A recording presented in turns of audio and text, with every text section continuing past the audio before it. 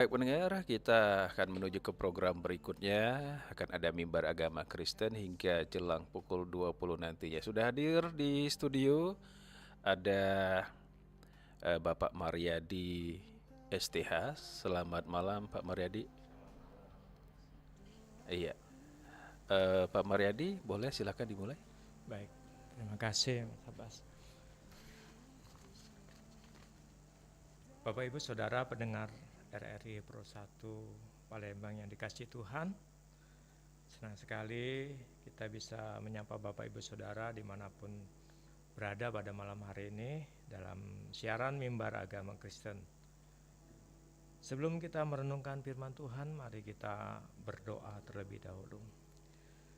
Bapa kami yang di surga, kami bersyukur pada malam hari ini kami hendak mendengarkan firman-Mu. Biarlah Tuhan boleh menguasai setiap hati, pikiran kami, dan firman-Mu boleh menjadi rema dalam setiap kehidupan kami. Berilah pengetahuan dan bimbinglah hamba-Mu agar firman-Mu dapat bekerja sesuai kehendak-Mu. Bukalah hati dan pikiran kami untuk mendengar dan menerima firman-Mu. Kiranya firman-Mu ini dapat menjadi berkat buat kami. Berbicaralah Tuhan, kami siap menerima firman. Di dalam nama Yesus kami berdoa. Amin. Bapak Ibu Saudara pendengar yang dikasihi Tuhan dimanapun berada, tema malam hari ini saya beri judul Hidup adalah Pilihan. Dari Yosua 24 ayat 15. Begini firman Tuhan. Tetapi jika kamu anggap tidak baik untuk beribadah kepada Tuhan, pilihlah pada hari ini kepada siapa kamu akan beribadah. Allah yang kepadanya nenek moyangmu beribadah di seberang sungai Erpat, atau Allah orang Amori yang negerinya kamu diami ini. Tetapi aku dan seisi rumahku, kami akan beribadah kepada Tuhan. Bapak Ibu pendengar sekalian dimanapun berada pada malam hari ini, tema hidup adalah pilihan. Kalimat ini pasti sering kita dengar dalam setiap kehidupan kita. Kita sudah tidak asing lagi. Kita sering mendengarnya atau kita sendiri sering mengucapkannya. Tetapi yang menjadi masalah adalah apa isi pilihan tersebut. Itu yang kita harus bedah dan jelaskan pada malam ini. Tentu saja pilihan yang biasa dimengerti oleh orang pada umumnya adalah mungkin bidang studi, pekerjaan atau profesi, mungkin jodoh, mungkin tempat tinggal, dan mungkin masih banyak lagi. Sedangkan bagi kita pilihan hanya dua, yaitu Tuhan atau dunia. Menjadi Kristen bukan berarti sudah memilih Tuhan. Apalagi kalau seorang sudah menjadi Kristen sejak kecil. Sejatinya dia tidak pernah memilih, otomatis Kristen. Ironis, banyak orang hidup masih dalam level ini. Mereka belum menemukan hidup dalam iman yang benar. Dan banyak orang berlabuh atau berpikir di level kekristenan semacam itu.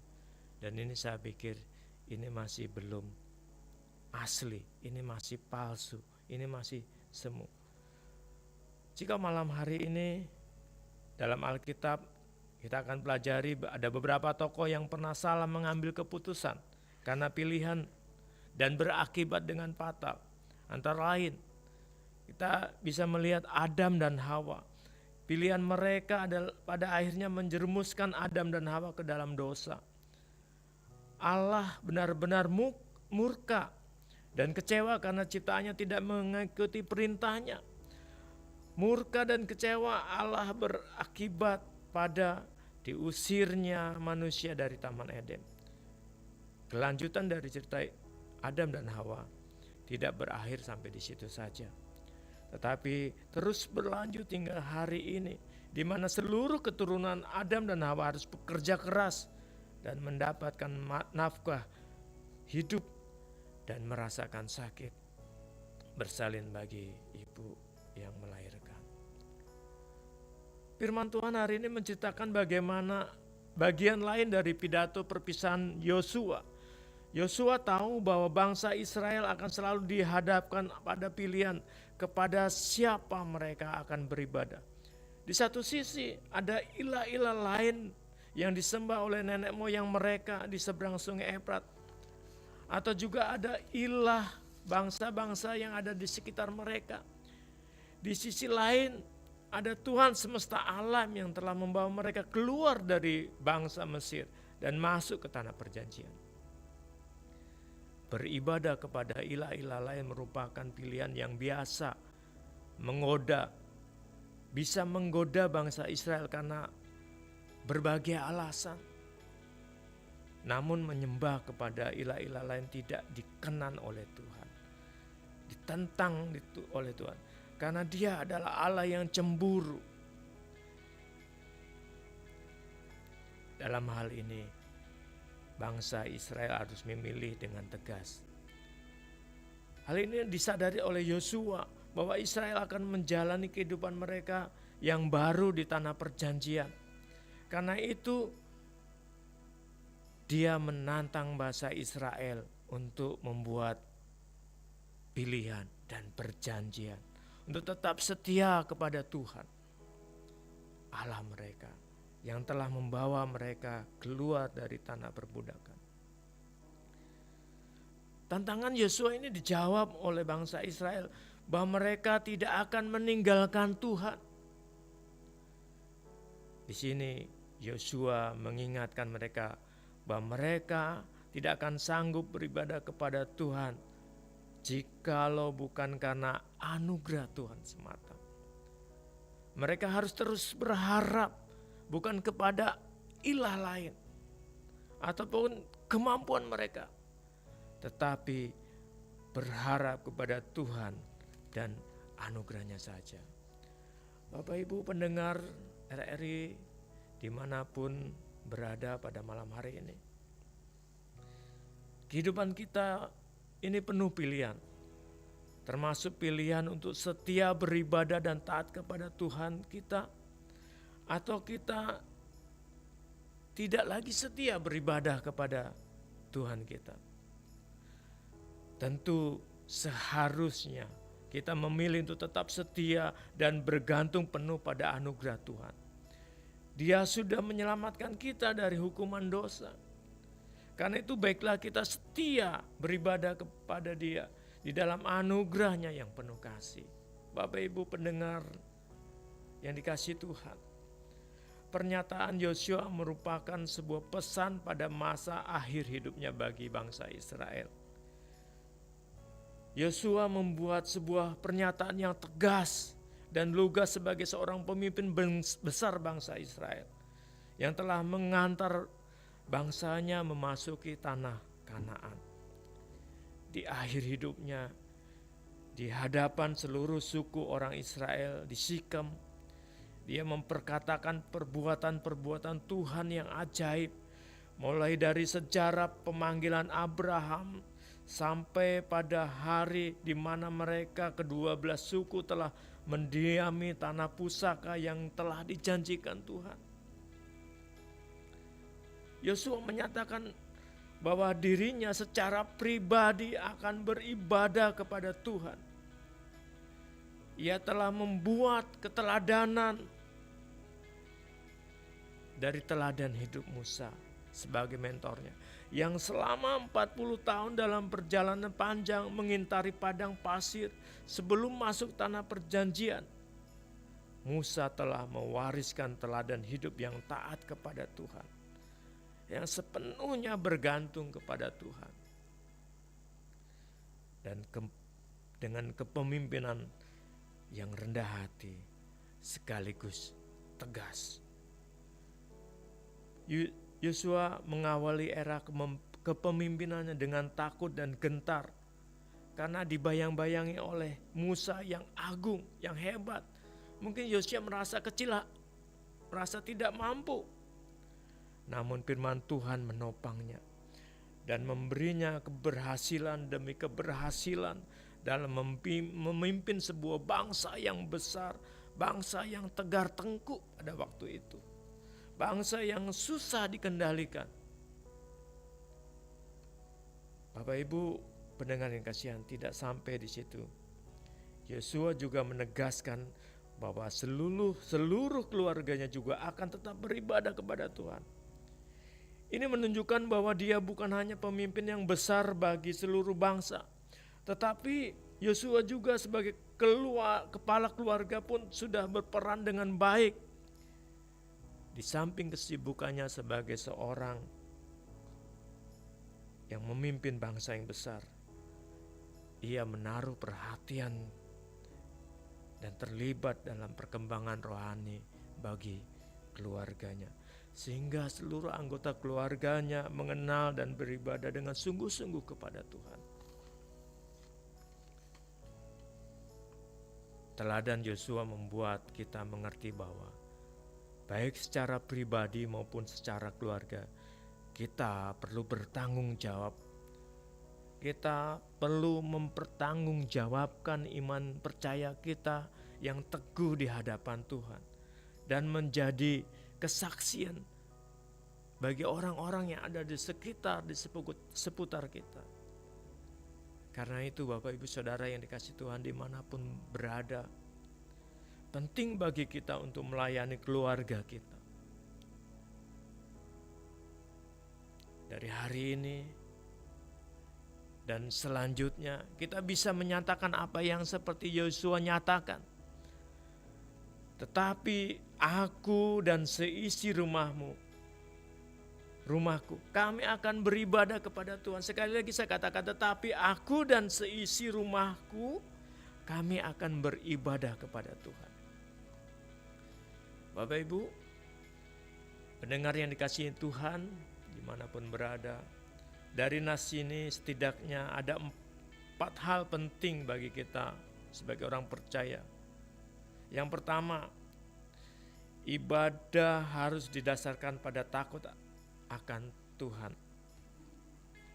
Orang yang beribadah belum tentu takut akan Tuhan, tetapi orang yang takut akan Tuhan pasti akan beribadah bagaimanapun situasi dan kondisinya. Mungkin contohnya Daniel, Sadrak, Mesak, dan Abednego adalah orang-orang yang takut akan Tuhan dan tetap beribadah kepada Tuhan walaupun banyak bahaya yang menanti mereka, banyak rintangan yang menghadap mereka. Ada goa singa, ada tungku api, tetapi mereka tetap setia kepada Tuhan dan menunjukkan kesetiaan itu kepada Tuhan. Dia sungguh-sungguh takut akan Tuhan. Takut akan Tuhan bukan berarti kita harus menjauhi Tuhan. Bukan karena kita gemetar melihat sesuatu, tetapi ketika kita ada takut rasa akan Tuhan, kita akan menjadi lebih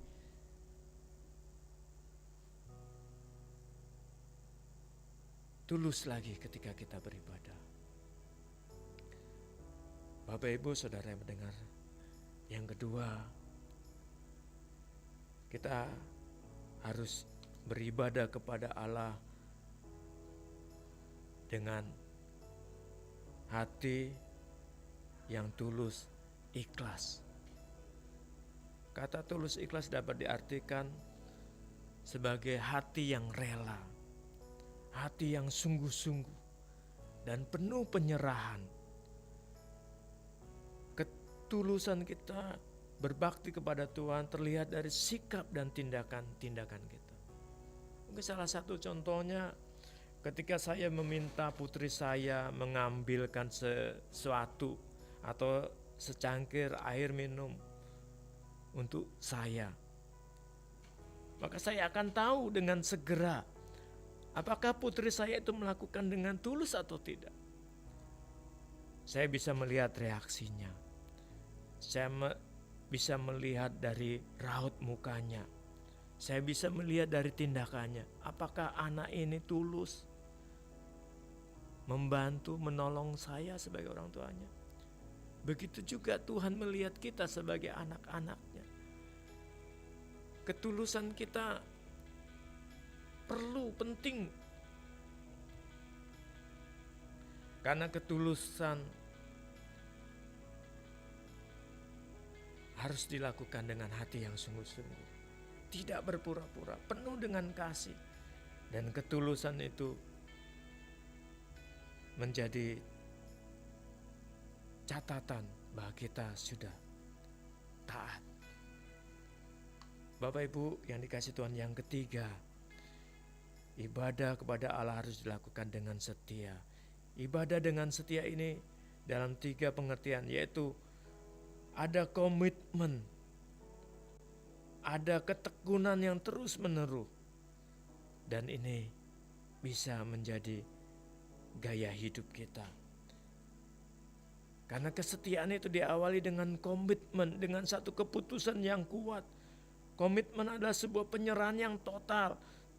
Komitmen yang setengah-tengah tidak disebut komitmen. Komitmen dimulai dari sikap hati. Selanjutnya komitmen itu harus dilakukan. Sebab sebuah komitmen tidak dapat disebut komitmen jika tidak kita lakukan. Dan ibadah harus menjadi gaya hidup kita. Dilaksanakan tanpa paksaan, tetapi dengan sukacita karena kasih Allah. Dan yang terakhir, Bapak Ibu Saudara yang kasih Tuhan, ini sangat penting bagi kita sebagai orang tua, khususnya kaum pria sebagai ayah yang mampu membawa seluruh keluarganya beribadah kepada Tuhan. Dan ini tidak dapat ditawar-tawar lagi. Inilah yang dilakukan Yosua terhadap keluarganya. Ia mendemonstrasikan peran ini, peranan orang tua yang terutama. Seorang ayah, seorang pria yang membawa seluruh keluarganya beribadah kepada Tuhan.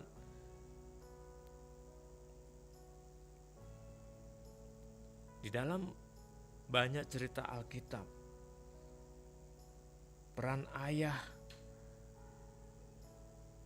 bisa kita lihat dari 2 hal, yaitu yang pertama sebagai kepala rumah tangga, yaitu memimpin keluarga, mengambil keputusan, pengayom bagi semua anggota keluarga, pelindung yang melindungi dan bertanggung jawab, mendidik, menegur dan menasihati, memberi contoh dan teladan yang baik kepada seluruh anggota keluarganya. Ada yang mengatakan bahwa anak adalah blueprint dari orang tuanya. Jadi kalau kita bisa melihat orang tua, kita bisa melihat dari anaknya. Yang kedua, peran ayah seorang pria dalam keluarga adalah sebagai imam. Ia harus memimpin dan mengatur ibadah dalam keluarga.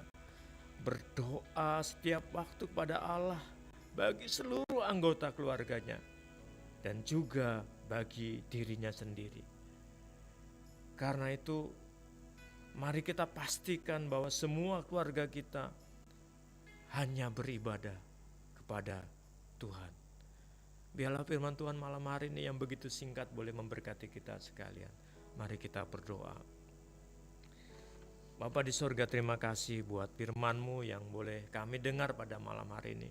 Biarlah kami boleh meneladani Yosua yang senantiasa membawa keluarganya untuk membuat satu pilihan yang tepat, beribadah kepada Tuhan di dalam setiap kehidupan. Terima kasih Bapa, kami ucap syukur dan berdoa di dalam nama Yesus. Amin.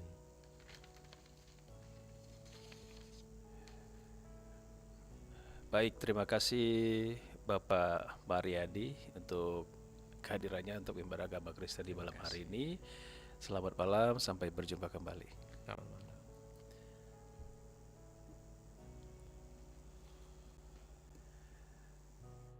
Dan pendengar, tentunya sudah kita simak bersama Mimbar Agama Kristen bersama Bapak Mariadi STH.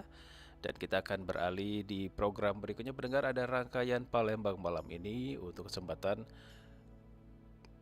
Selasa 14 Januari 2024. Tetap bersama kami Pro 1 RRI Palembang, kanal informasi dan inspirasi.